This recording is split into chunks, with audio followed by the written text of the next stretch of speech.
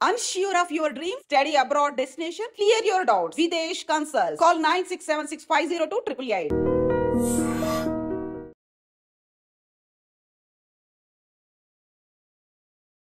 Hi welcome to iDream.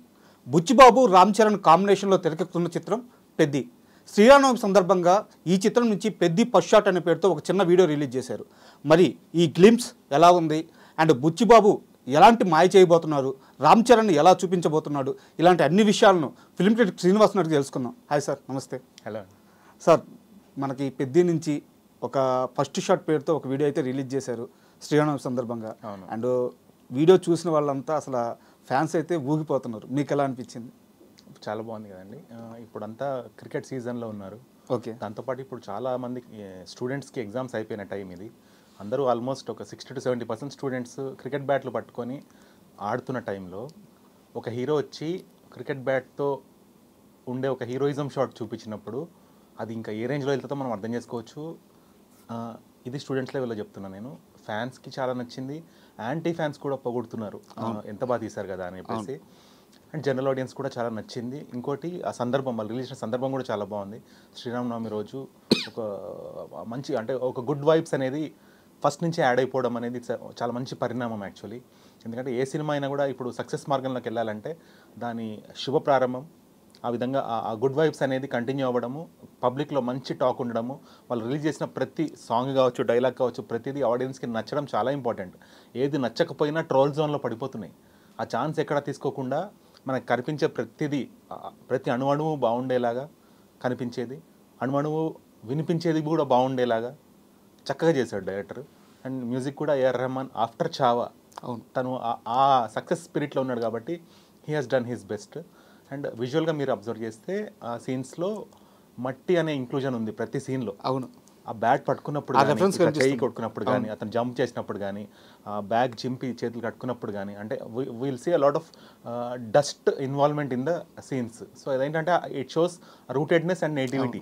ఆ మట్టి ఎప్పుడైతే కలుస్తుందో ఒక సీన్లో ఇట్ యాడ్స్ తెలియని ఒక బ్యూటీ యాడ్ అవుతుంది సీన్స్లో.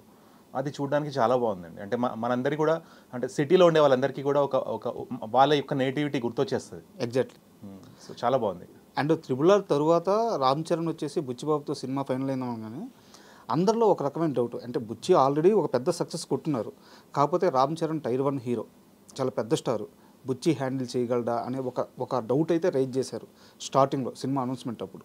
తర్వాత కాలంలో బుచ్చి ఇచ్చిన స్టేట్మెంట్స్కి కానీ అండ్ ఫిల్మ్ తీస్తున్న విధానానికి కానీ, రామ్ చరణ్ లుక్ చూసిన తర్వాత కానీ బయట కొన్ని వీడియోస్లో చాలామందికి ఒక క్లారిటీ వచ్చేసింది, బుచ్చిబాబు ఒక వండర్ క్రియేట్ చేయబోతున్నారు అని చెప్పేసి. అండ్ నిన్న వీడియో చూసిన తర్వాత బుచ్చిబాబు వర్క్ ఎలా ఉందంటారు? అదే ఇప్పటిదాకా నేను చెప్తున్నది కదండి. తను చూడడానికి ఏమో చాలా సింపుల్గా ఇతను ఏమైనా చేయగలుగుతాడా అనిపిస్తుంది అతను చూస్తుంటే, అతని మాటలు వింటే. కానీ అతని వర్క్ చూస్తే మాత్రం ఇతను చేశాడా అనిపిస్తుంది, అబ్బురపరిచేస్తాడు. సో సుకుమార్ దగ్గర అసిస్టెంట్గా ఉండి చాలా అంటే సుకుమార్ లెవెల్లో హ్యాండిల్ చేసే కేపబిలిటీకి వచ్చాడని చెప్పాలి. బికాస్ ఇలాంటి షార్ట్ ఇప్పుడు మనం జనరల్గా ఏ అడ్వర్టైజ్మెంట్ వచ్చినప్పుడు జనరల్గా క్రిటిక్స్ కానీ కొంతమంది ఏం చేస్తారంటే వరల్డ్ సినిమాతో కంపేర్ చేసి మన దాన్ని తక్కువ చేస్తారు, మన ప్రోడక్ట్ని. ఇది వరల్డ్ సినిమాకి ఛాలెంజ్ చేసి ఎలా ఉంది. ఇలాంటి షాట్ మనం ఎప్పుడు చూడలేదు. క్రికెట్ షాట్స్ కొన్ని సినిమాలో ఉన్నా కూడా ఒక హీరో బ్యాట్ పట్టుకొని అది నేలకి కొట్టి షాట్ కొట్టడం అనేది మీరు ఎప్పుడన్నా అసలు ఆన్ స్క్రీన్ ఏదైనా సినిమాలో మీరు చూసారా? చూడలేదు. This is the first time ever ఒక హీరోని ఇలా చూపించడము. సో ఇది వరల్డ్కే ఛాలెంజ్ విసిరే షాట్.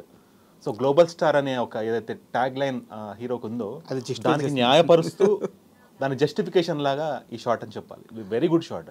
అండ్ టీజర్లో కొన్ని షాట్లు చూసిన తర్వాత కొంతమంది ఏంటంటే కథా చర్చల్లోకి వెళ్ళిపోతున్నారు అనమాట.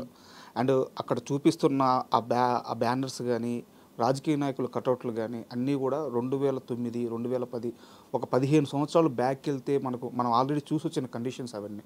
సో ఆ టచ్ కనిపిస్తుంది. సినిమాలో ఏమన్నా పీరియాడిక్ బ్యాక్డ్రాప్లో కానీ ఆ విధంగా నడిచే ఛాన్స్ ఉంటుందని చెప్పి ఇలా అంటున్నారు. అండ్ టీజర్లో మీరు అలాంటివి ఏమైనా గమనించారా? హీరోయిక్ ఎలిమెంట్స్ అంటే ప్రైమరీగా మనకి టీజర్ చూసినప్పుడు, అంటే ఈవెన్ ఆ షార్ట్స్ బాగున్నందుకు నేను కూడా 4-5 టైమ్స్ చూసినప్పుడు ఆ హీరోయిజమే ఎలివేట్ అవుతుంది. కానీ అంత బ్యాక్గ్రౌండ్ ఇప్పుడు వాళ్ళు రిలీజ్ చేసినప్పుడు చూడొచ్చు కదా, అంత మనము క్యూరియాసిటీలోకి వెళ్ళిపోయి అంత లేని డీటెయిల్స్ ఎత్తుకోవడం ఎందుకు, ఉన్నవి ఎంజాయ్ చేస్తే చాలు కదా. So I enjoyed what ever primarily they have shown. Secondary details అనేది వాళ్ళు రిలీజ్ చేసినప్పుడు చూడొచ్చు కదా, దాంట్లోకి వెళ్ళచ్చు. అండ్ ఇందాక మనం మాట్లాడుకున్నట్టు బుచ్చిబాబుకి ప్రాజెక్ట్ ఓకే అయ్యేటప్పుడు ఒక కథ విషయంలో బుచ్చిబాబు ఎంత కేర్ తీసుకుంటారో రామ్ చరణ్కి అర్థమైంది. అందుకే త్రిబుల్ ఆర్ తర్వాత గేమ్ చేంజర్ చేస్తూ, అంటే త్రిబుల్ ఆర్ ఒక గేమ్ చేంజర్ ఇలాంటి వరుసలో బుచ్చిబాబుని తీసుకొచ్చారని పెట్టారని చెప్పారు.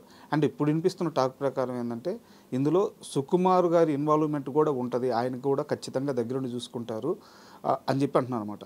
ఈ టీజర్ మొత్తం మీద మీకు అది బుచ్చిది అయినా కానీ సుకుమార్ టచ్ ఎక్కడన్నా కనిపించిందా, తన శిష్యుడిగా కానీ లేకపోతే సుకుమార్ కేర్ తీసుకున్నట్టుగా ఆ టచ్ ఏమన్నా కనిపించింది?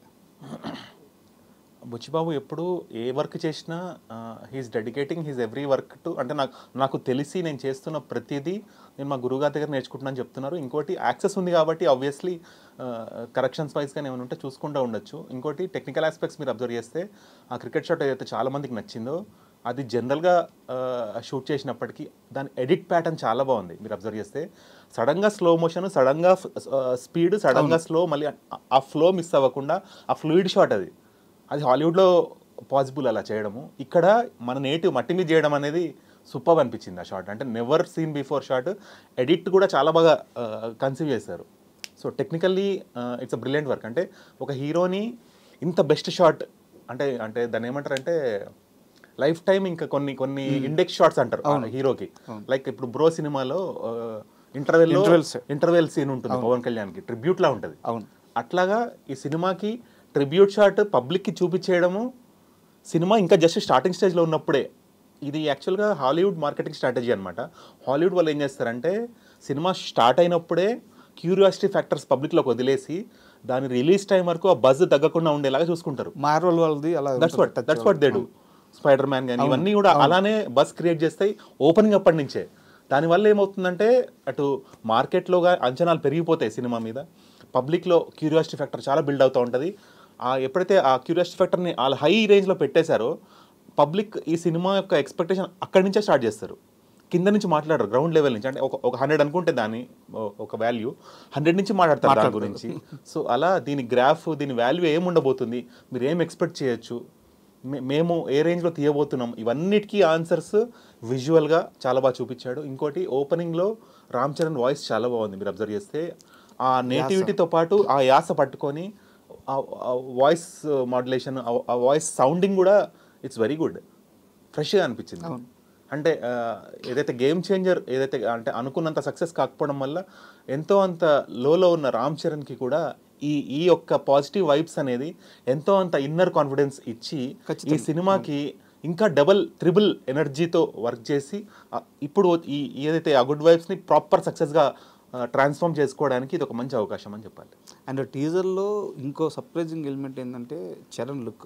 అవును. And he's body transformation. అవును. ఆ బైచెప్స్ కానీ చూస్తుంటే అసలు ఏ హాలీవుడ్ హీరో వాళ్ళు మనం పెద్ద సినిమాల్లో చూస్తుంటాం కదా, ఇందాక మనం మాట్లాడుకున్న మార్వెల్ మూవీస్ అలా చూస్తుంటాం. ఆ లుక్తో ఉన్నాడు అనమాట. అండ్ సినిమా కోసం రామ్ చరణ్ పడే కష్టం, అంటే తను లుక్ కానీ తనకి మిగతా అన్ని విషయాలు తీసుకున్న కేర్ కానీ ఎలా ఉంటుంది మీరు అబ్జర్వ్ చేసిన విధానంలో ఇన్నేళ్ళ జర్నీలో?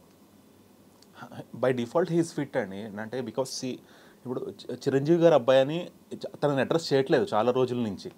స్టార్టింగ్లో చేసేవాళ్ళు, స్టార్టింగ్ 4 or 5 మూవీస్కి. కానీ ఇప్పుడు ఎప్పుడైతే ఆ త్రిబుల్ ఆర్ ఆ టైం నుంచి కూడా he's not being addressed as ఒక స్టార్ కిడ్ లాగా అడ్రస్ చేయట్లేదు. తనని ఒక సెల్ఫ్ ఐడెంటిటీ ఆల్రెడీ క్రియేట్ అయిపోయింది. ఆ సెల్ఫ్ ఐడెంటిటీ తెచ్చుకోవడమే ఒక పెద్ద టాస్క్. అక్కడి నుంచి ఏంటంటే బాడీ ట్రాన్స్ఫర్మేషన్ అంటే ఫస్ట్ నుంచి కూడా తను ఏంటంటే స్లిమ్గానే హీఈస్ మెయింటైనింగ్ హిమ్సెల్ఫ్. ఎక్కడ కూడా we never seen him out of shape. And దాంతోపాటు ఆ క్యారెక్టర్కి అవసరమైన ఆ రగడ్నెస్ కానీ రూటెడ్నెస్ కానీ అది డైరెక్టర్స్, టెక్నికల్ టీమ్ వీళ్ళందరూ కూడా అప్లై చేసి ఆడియన్స్ని కన్విన్సింగ్ జోన్లో పెట్టి మంచి రిజల్ట్స్ తీసుకొస్తున్నారు. So I mean he's like fluid.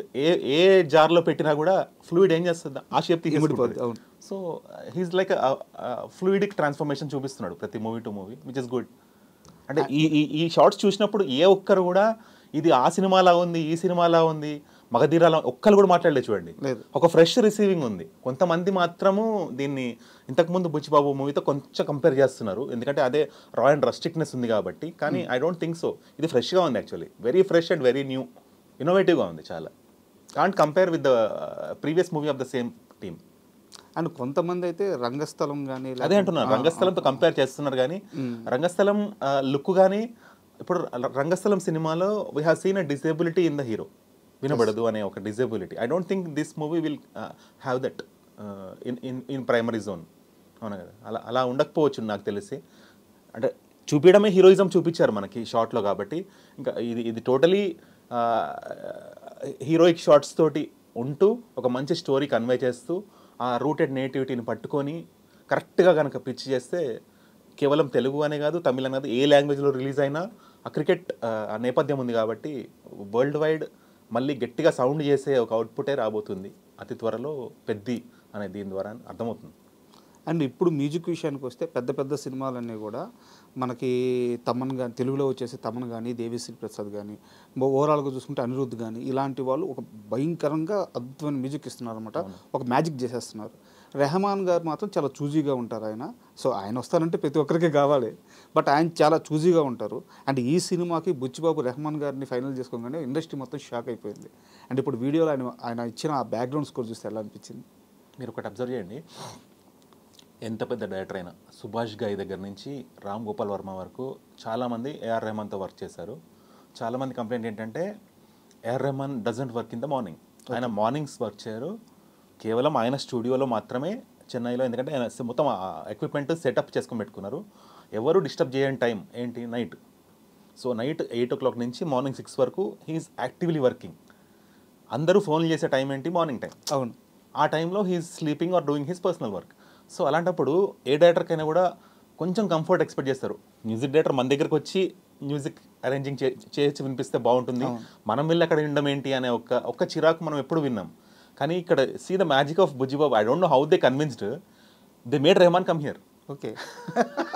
అంటే ఎప్పుడు జరగని కొన్ని జరుగుతున్నాయి, అది ఎలా కన్విన్స్ చేస్తారో it's a magic, we never know. అది వాళ్ళు ఏదైనా ఇంటర్వ్యూలో చెప్తే తప్ప మనకు తెలియదు. అవునవును. సో నాకు కూడా తెలుసుకోవాలని ఉంది ఎలా కన్విన్స్ చేశారని. అంటే they made AR Rahman break his barrier and come out of his comfort జోన్లో వచ్చి బయటకు వచ్చి, మేబీ నేను అనుకోవడము ఈ సినిమాని ఎక్కడ షూట్ చేస్తున్నామో మీరు ఒకసారి చూడండి, ఆ ఫీల్ మీరు తీసుకుంటే ఆ ఫీల్ మీరు సౌండ్లో ఇవ్వగలుగుతారు కాబట్టి అని ఎలా కన్విన్స్ చేశాడో. I mean Buchibabu is doing some magic with this movie, అదైతే ఒప్పుకోవాలి. అండ్ మీరు అన్నట్టు ఇందాక ఆ మట్టి వాసన ఉందన్నారు కదా, సో మేకర్ అనే ఏ మ్యూజిక్ డైరెక్టర్ కానీ, కెమెరామ్యాన్ కానీ ఎవరైనా సరే ఆ మట్టి వాసన వాళ్ళ కళ్ళతో చూడకుండా, వాళ్ళు ఫీల్ అవ్వకుండా మంచి అవుట్పుట్ అయితే రాదు. అంటే ఇమాజినేషన్ నుంచి వస్తుంది, ఎంత ఇమాజిన్ చేసినా ఆ రియాలిటీ వరల్డ్లో మీరు పెట్టినప్పుడు అవును, అది ఇచ్చే ఇంపాక్ట్, ఆ సౌండింగ్ చాలా బాగుంటుంది యాక్చువల్లీ. సో అక్కడే మ్యాజిక్ జరుగుతున్నట్టు అదే అంటున్నాను నేను. ఇప్పటిదాకా మనం చూడని పిక్చర్ చూడబోతున్నాము, ఇప్పటిదాకా మనం వినని సౌండింగ్ ఈ సినిమాలో వినబోతున్నాం, అదైతే ఖచ్చితం. అండ్ మీరు అన్నట్టు బుచ్చిబాబు మనల్ని ఆడియన్స్నే కాదు, వాళ్ళ గురువు సుకుమార్ని కూడా షాక్కి గురి చేస్తున్నారు. కరెక్ట్. రామ్ చరణ్ గారు ఏంద్రా, రెహమాన్ గారు ఏంద్రా అని భయపడుతున్నారు. ఒరిజినాలిటీకి చాలా రెస్పెక్ట్ ఉంటుందండి. ఇప్పుడు ఈ షాట్ ఏదైనా సినిమాలోంచి కాపీ అయి ఉంటే ఈ యొక్క ఏదైతే గ్లిమ్స్ ఇంత రెస్పెక్ట్ పొందేది కాదు. ఖచ్చితంగా ఇది ఒరిజినల్ కంపోజిషన్ కాబట్టి వరల్డ్ వైడ్ రెస్పెక్ట్ దొరుకుతుంది దీనికి. కేవలం తెలుగు ఆడియన్స్ కాదు, హిందీ ఆడియన్స్ కూడా పొగుడుతున్నారు, గ్లోబల్ ఆడియన్స్ కూడా they are like literally fan of the జరిగిన ఈ సీన్. నాకు తెలిసి ఇప్పుడు ఏదైతే ఐపీఎల్ ఏదైతే ఫైనల్ ఉంటుంది కదా, అప్పుడు నాకు తెలిసి ఇది గ్లిమ్స్ వేస్తుండొచ్చు స్టేడియంలో కూడా, వీళ్ళని ప్లేయర్స్ని మోటివేట్ చేసేలాగా. ఆల్రెడీ రీల్స్ స్టార్ట్ అయిపోయినాయి.